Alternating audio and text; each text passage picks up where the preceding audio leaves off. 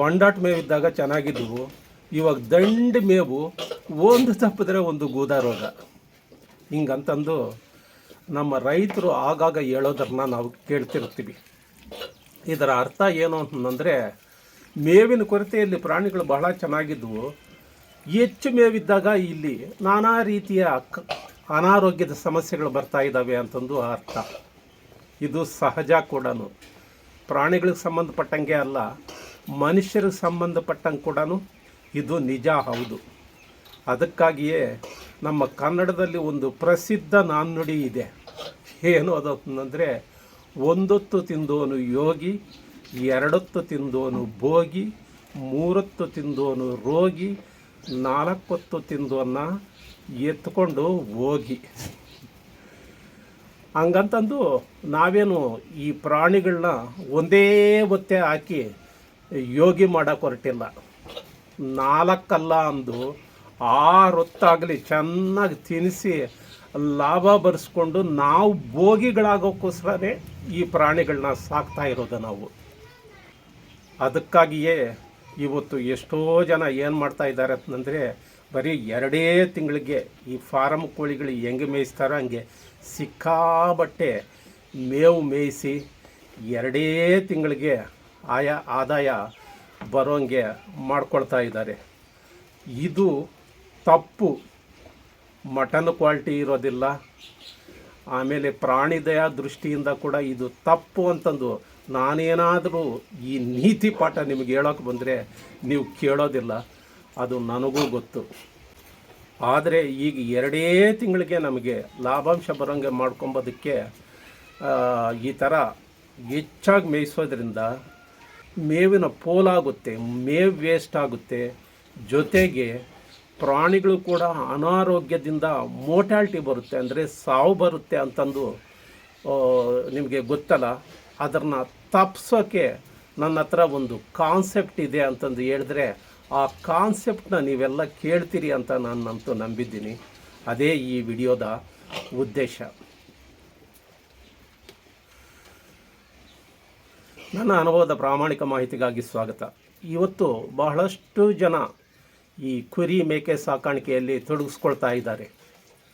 ಎಷ್ಟೋ ಜನ ರೈತರಂತಂದೇ ಅಲ್ಲ, ಬಿಸ್ನೆಸ್ ಮಾಡೋ ಅಂಥವ್ರು, ಉದ್ಯೋಗ ಮಾಡೋ ಅಂಥವ್ರು, ಎಷ್ಟೋ ಜನ ಸಾಫ್ಟ್ವೇರ್ ಇಂಜಿನಿಯರ್ಗಳು ಕೂಡ ಬಿಟ್ಟು ಈ ಕುರಿ ಮೇಕೆ ಮೇಯಿಸೋಕ್ಕೆ ಬರ್ತಾ ಇದ್ದಾರೆ.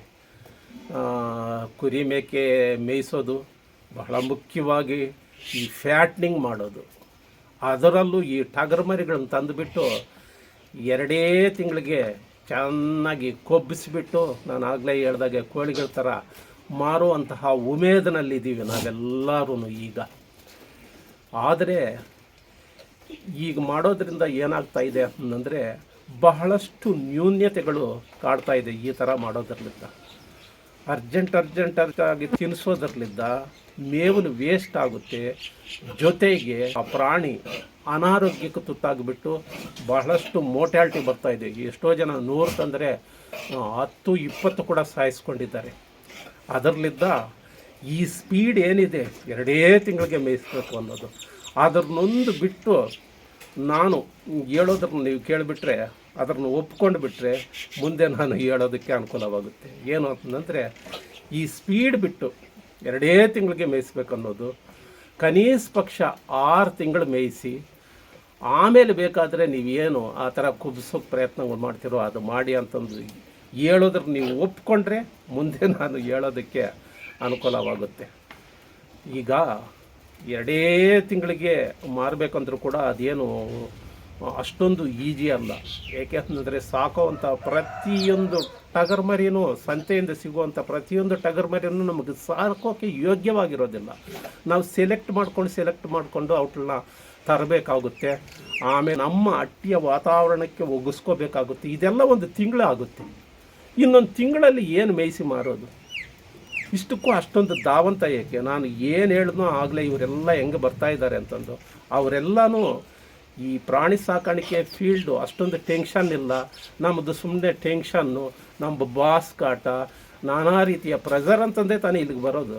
ಮತ್ತು ಇಲ್ಲಿ ಕೂಡ ಅದೇ ಪ್ರೆಷರ್ ಆಗಿಬಿಟ್ರೆ ಏನು ಪ್ರಯೋಜನ ಆದಂಗಾಯಿತು. ಅದರಲ್ಲಿದ್ದ ಈ 2 ತಿಂಗಳ ಕಾನ್ಸೆಪ್ಟ್ ಬಿಟ್ಟು ನಾನು ಏನು ಹೇಳ್ತಾ ಇದ್ದೀನಿ, ಕನಿಷ್ಠ ಪಕ್ಷ 6 ತಿಂಗಳಾದರೂ ಇಟ್ಕೋಬೇಕು ಅಂತಂದು. ಅದಕ್ಕೆ ನೀವು ಒಪ್ಪಿದಾಗ ಈಗ ನಾನು ಮುಂದೆ ಹೇಳೋಕ್ಕೆ ಪ್ರಯತ್ನ ಪಡ್ತೀನಿ. ಓಕೆ, ಈಗ ನೀವು ಒಂದು 100 ಪ್ರಾಣಿಗಳನ್ನ ಸಾಕಬೇಕು ಅಂದ್ಕೊಳ್ಳಿ. ಸಂತೆಗಳಿಗೆ ಹೋಗಿ 10 20 ಸೆಲೆಕ್ಟ್ ಮಾಡ್ಕೊಳ್ತಿರೋ, ಅಥವಾ ಸ್ವಲ್ಪ ಹೆಚ್ಚು ತಂದು ಅದರಲ್ಲಿ ಫಿಲ್ಟರ್ ಮಾಡಿಕೊಂಡು 100 ಇಟ್ಕೊಳ್ತಿರೋ, ಅದು ನಿಮಗೆ ಬಿಟ್ಟಿದ್ದು. ಹಂಗೆ ತಂದ ಮೇಲೆ ನಾವು ಏನು ಮಾಡಬೇಕು, ಕಂಟಾಮಿನೇಟನ್ನು ಏನಾದರೂ ಬಂದಿರುತ್ತಾ ಸಂತೆಯಿಂದ ಅಂತಂದು ಮಾಮೂಲು PPR ಇಂಥದ್ದು ಏನು ಮಾಡಬೇಕು ಅದು ಮಾಡಬೇಕು. ಆಮೇಲೆ ಡಿವರ್ಮಿಂಗು ಮಾಡಬೇಕು. ಒಳಗಡೆ ಇರೋ ಪ್ಯಾರಸೈಟ್ಸ್ನ ಸಾಯಿಸೋದೇ ಅಲ್ಲ, ಹೊರಗಡೆ ಇರೋಂಥ ಈ ಪಿಡದ ಉಣ್ಣೆ ಅಂತೀವಲ್ಲ, ಅದು ಏನು ಇಂಥವನ್ನೆಲ್ಲ ಸಾಡಿಸೋಕ್ಕೆ ಅದು ಎಲ್ಲ ಮಾಡಿಬಿಡಿ. ಅದನ್ನೆಲ್ಲ ಮಾಡಿಬಿಟ್ಟು ನೀವು ಅಟ್ಟಿಯಲ್ಲಿ ಇಟ್ಕೊಳ್ತೀರ ಅಂದ್ಕೊಳ್ಳಿ. ಅಟ್ಟಿಯಲ್ಲಿ ಇಟ್ಕೊಂಡ್ಮೇಲೆ ಸಹಜವಾದ ಆಹಾರ ಕೊಡ್ತಾ ಹೋಗಿ. ಒಂದು ಒಣ ಹುಲ್ಲು, ಒಂದು ಹಸಿ ಹುಲ್ಲು, ಇಷ್ಟೇ ಸಾಕು. ಕೆಲವರು ಒಣ ಹುಲ್ಲು ಕೊಂಡ್ಕೊಳ್ತಾರೆ, ಹಸಿ ಹುಲ್ಲು ಸಾಮಾನ್ಯವಾಗಿ ನಮ್ಮದೇ ತೋಟದಲ್ಲಿರುತ್ತೆ. ಹಿಂಗಾಗಿ ಅಂಥ ಏನು ಖರ್ಚು ಬರೋದಿಲ್ಲ. ಹೆಚ್ಚು ಅಂತಂದರೆ ನೀವು ಮಧ್ಯೆ ಒಂದು ಪ್ರಾಣಿಗೆ ಬಂದು 100-150 ಮೆಕ್ಕೆಜೋಳ ಹಾಕ್ಬೋದು. ಇಷ್ಟೇ ಸಿಂಪಲ್ಲಾಗಿ ಸಹಜವಾಗಿ ಸಾಕೋಕ್ಕೆ ಶುರು ಮಾಡಿ. ನಿಮಗೆ ಮೇವಿನ ಖರ್ಚು ಬರೋದಿಲ್ಲ. 6 ತಿಂಗಳ ತನಕ ನಾನು ಹೇಳ್ತಾ ಇರೋದು. ಹಿಂಗೆ ಸಹಜವಾಗೇ ಬೆಳ್ಕೊತ ಹೋಗಲಿ. ಇನ್ನೇನು 1-1.5 ತಿಂಗಳಿಗೆ ಮಾರಬೇಕಂದಾಗ ಆಗಬೇಕಾದ್ರೆ ನೀವು ಹಸಿ ಸೊಪ್ಪು ನಿಧಾನವಾಗಿ ನಿಲ್ಲಿಸಿ, ಆಮೇಲೆ ಈ ಏನು ನೀವು ಫುಡ್ ಕೊಡ್ತಿದ್ದೀರಾ ಕಾನ್ಸಂಟ್ರೇಟೆಡ್ ಫೀಡ್ ಅಂತಂದು ಅದನ್ನ ಹೆಚ್ಚಾಗಿ ಕೊಡ್ಕೊತ ಹೋಗ್ಬಿಡಿ. ಚೆನ್ನಾಗಿ ಡೆವಲಪ್ ಆದಾಗ ನೀವು 6 ತಿಂಗಳ ಮೇಲೆ ಯಾವಾಗಾದರೂ ಆಗಲಿ ಔಟ್ಲನ್ನ ಮಾರ್ಬೋದು. ಅವಾಗೆ ಸಹಜವಾದ ಬೆಳವಣಿಗೆ ಆಗಿರೋದ್ರಲ್ಲಿದ್ದ ನಿಮಗೆ ಮೇವಿನ ಖರ್ಚು ಕಡಿಮೆ ಇರುತ್ತೆ, ಪ್ರಾಣಿಗಳು ಬಹಳ ಚೆನ್ನಾಗಿರುತ್ತೆ. ಸಹಜವಾಗಿ ಬೆಳೆಯೋದ್ರಲ್ಲಿದ್ದ ಇಲ್ಲಿ ಮೋರ್ಟ್ಯಾಲಿಟಿ ಕಡಿಮೆ ಆಗುತ್ತೆ. ಮತ್ತು ಇನ್ನೊಂದು ಏನು ಅಂತಂದರೆ, ಇಂತಹ ಪ್ರಾಣಿಗಳ ಮಟನ್ ರುಚಿ ಕೂಡ ಭಾಳ ಚೆನ್ನಾಗಿರುತ್ತೆ. ನೀವು ಸಮಾಜಕ್ಕೂ ಕೂಡ ಒಂದು ಒಳ್ಳೆ ಕಾಂಟ್ರಿಬ್ಯೂಷನ್ ಕೊಟ್ಟಂಗೆ ಆಗುತ್ತೆ. ಯಾರಾದರೂ ನಿಮ್ಮ ಇಂಥ ಸಹಜವಾಗಿ ಬೆಳೆದಿರುವಂಥ ಪ್ರಾಣಿಗಳ ಮಟನ್ ತಿಂದಾಗ ಇಂಥ ಅಟ್ಟಿಯಿಂದ ತರಬೇಕು ಅಂತಂದು ನಿಮಗೆ ಗಿರಾಕಿ ಕೂಡ ಹೆಚ್ಚಾಗುತ್ತೆ. ನಿಮಗೆ ಅರ್ಥ ಆಯ್ತಲ್ವ? 2 ತಿಂಗಳಿಗೆ ಟಕ ಅದನ್ನು ಬೆಳೆಸಬೇಕು ಅನ್ನೋದರಲ್ಲಿ ಬಹಳಷ್ಟು ನ್ಯೂನ್ಯತೆಗಳು. ಏನು ಅಂತಂದರೆ, ಈ ಮೇವು ಹೆಚ್ಚಾಗಿ ಕೊಡೋದ್ರಲ್ಲಿದ್ದ ಬಹಳಷ್ಟು ವೇಸ್ಟ್ ಆಗುತ್ತೆ. ಜೊತೆಗೆ ಅನಾರೋಗ್ಯಕರವಾದಂತಹ ಫೀಡಿಂಗ್ ಮಾಡಿದಾಗ ಔಟ್ಲ ಆರೋಗ್ಯ ಕೆಡುತ್ತೆ. ಆ ಆರೋಗ್ಯ ಕೆಟ್ಟಾಗ ಎಷ್ಟೋ ಜನ ಏನು ಮಾಡ್ತಿದ್ದಾರೆ ಅಂತಂದರೆ, ಹೆಚ್ಚಾಗಿ ತಿನ್ನಿಸೋದು, ಅವು ಕಾಯಿಲೆ ಬಿದ್ದಾಗ ಅಥವಾ ಅಜೀರ್ಣತೆ ಆಗ್ತಾ ಇದ್ದಾಗ ಲೀಟ್ರ್ಗಟ್ಟಲೆ ಲಿವರ್ ಟಾನಿಕ್ಗಳು ಕೊಡೋದು, ಇವುಗಳನ್ನೆಲ್ಲ ನಾನು ನೋಡ್ತಾ ಇದ್ದೀನಿ. ಅದು ಖರ್ಚಾಗುತ್ತೆ. ನೀವು ಏನೇ ಮಾಡಿದ್ರೂ ಕೂಡ ಎಷ್ಟೋ ಸತಿ ಪ್ರಾಣಿಗಳು ಸತ್ತೋಗ್ಬಿಡುತ್ತೆ, ಮೋರ್ಟಾಲಿಟಿ ಬರುತ್ತೆ. ಇವೆರಡೂ ತಪ್ಪುತ್ತೆ. ನಿಮಗೆ ಲಾಭಾಂಶದ ಕಡೆಗೆ ಹೋಗೋಕ್ಕೆ ಬಹಳ ಅನುಕೂಲ ಆಗುತ್ತೆ. ಜೊತೆಗೆ 2 ತಿಂಗಳೇ ಅಲ್ಲೇ ಏನು ಮೇಯಿಸ್ಬೇಕಂತ ಈ ಮೋರ್ಟ್ಯಾಲಿಟಿ ಬಂದಾಗ, ಕಾಯಿಲೆ ಬಿದ್ದಾಗ ನಮಗೆಲ್ಲ ಟೆನ್ಷನ್ಗಳಿರುತ್ತೆ. ಟೆನ್ಷನ್ ಇರಬಾರ್ದಂತಂದೇ ತಾನೇ ಈ ಫೀಲ್ಡಿಗೆ ಬರೋದು. ಮತ್ತು ಇಲ್ಲಿ ಟೆನ್ಷನ್ ಕ್ರಿಯೇಟ್ ಮಾಡ್ಕೊಳ್ಳೋದು ಯಾಕೆ? ಅದೇನೋ ಹೇಳ್ತಾರಲ್ಲ, ಈಗಿನ ಯುವಕರು ಚೆನ್ನಾಗಿ ಮಜಾ ಮಾಡಿಬಿಟ್ಟು 30 ವರ್ಷಕ್ಕೆ ಸಾಯೋಣ ಅಂತಂದು ಆ ಥರ ಆಗಿಬಿಡುತ್ತಿದ್ದು. ಆದರೆ 30 ವರ್ಷಕ್ಕೆ ಅವ್ರು ಹೋಗ್ತಾರಂದರೆ ಇರಲಿ, ಅದು ಬೇರೆ ಕಾನ್ಸೆಪ್ಟು.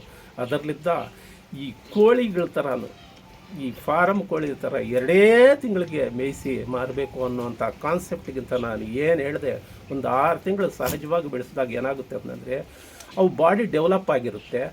ಆಮೇಲೆ ಆ ಡೆವಲಪ್ ಆಗಿರೋ ಬಾಡಿಗೆ ನೀವು ಏನು ಬೇಕೋ ಆ ಫುಡ್ಡನ್ನು ಕೊಟ್ಟಾಗ ಮತ್ತು ಒಳ್ಳೆ ಫ್ಯಾಟ್ನಿಂಗ್ ಆಗುತ್ತೆ. ಆಗ ಮಾರಿದಾಗ ನಿಮಗೆ ಅದು ಮಟನ್ ಕ್ವಾಲಿಟಿನೂ ಇರುತ್ತೆ, ನಿಮಗೆ ಒಳ್ಳೆ ಲಾಭಾಂಶನೂ ಬರುತ್ತೆ, ಮೋರ್ಟ್ಯಾಲಿಟಿನೂ ಇರೋದಿಲ್ಲ, ಈ ಫೀಡ್ ಕಾಸ್ಟು ಕಡಿಮೆ ಆಗುತ್ತೆ, ಇವೆಲ್ಲ ಆಗುತ್ತೆ. ನಾನು ಹೇಳಿದಂತಹ ಈ ಕಾನ್ಸೆಪ್ಟು ನಿಮಗೆ ಏನು ಅನ್ನಿಸ್ತು, ನಿಮಗೆ ಇಷ್ಟ ಆಯಿತಾ ಇಲ್ವಾ ಅಂತ ಕಾಮೆಂಟ್ಗಳಲ್ಲಿ ತಿಳಿಸಿ. ಹಾಗೆ ಲೈಕ್ ಶೇರ್ ಮಾಡಿ, ಹೈಪ್ ಮಾಡಿ ಅಂತ ಹೇಳ್ತಾ ಮುಂದಿನ ವಿಡಿಯೋದಲ್ಲಿ ಭೇಟಿ ಆಗೋಣ. ನಮಸ್ಕಾರ.